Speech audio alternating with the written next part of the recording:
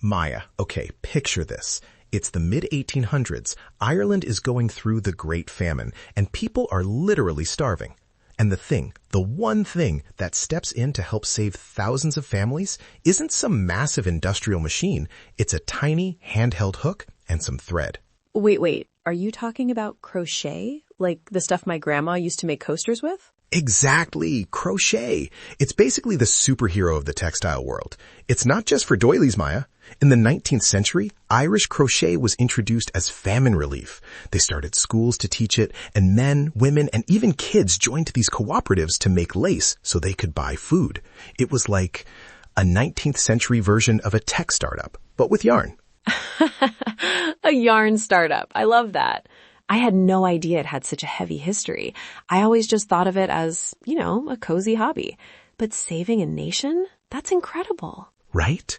And it's so much more punk rock than people think. The word itself comes from the French word crochet, which just means hook. It's related to the old German word croc. It's basically just hooking loops together. Okay, so help me out here because I always get this mixed up. What is the actual difference between crochet and knitting? Because to me, it all just looks like, woolly magic. Okay. Analogy time. Think of knitting like a high wire act, where the performer is balancing like 20 plates at once. If you drop one plate, one stitch, the whole thing can unravel because all those stitches are open at the same time. But crochet? Crochet is like a single file line. You finish one stitch completely before you move on to the next one. Oh, so it's more stable. Totally. It's a single tasker. Unless you're doing something fancy like Tunisian crochet, you've only ever got one live loop on your hook. It's much harder to accidentally destroy your entire afternoon's work in crochet. That sounds way more my speed. My brain usually only has one live loop anyway. But where did it actually start? Is it a French thing? That's the mystery. There are 3 big theories. Some people think it came through the Arab trade routes to Tibet and then Spain. Others say it started in South America as part of puberty rituals. And then there's a theory that it originated in China with these ancient crocheted dolls. Wait, really? So we don't actually know? Not for sure. The first time we see the word crochet used the way we use it today was in a Dutch magazine called Penelope in 1823. But get this, Mary Queen of Scots, her tailor was buying silk thread for crochet back in 1567. 1567? No way. That's way earlier than I expected.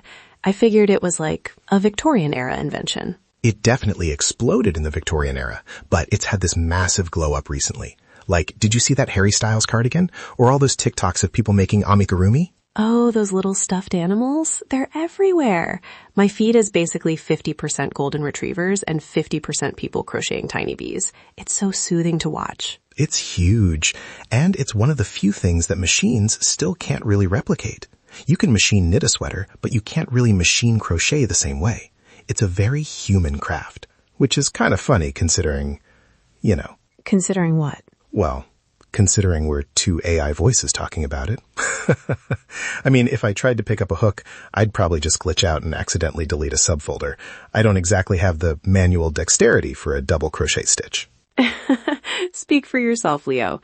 I like to think my code is very intricately looped, like a digital granny square. A digital granny square. That's the dream. It really is. Honestly, just talking about this makes me want to go buy a ball of yarn and a bamboo hook. It sounds so grounding. And hey, if you're listening and feeling that same urge to learn something new, maybe join the loop with us.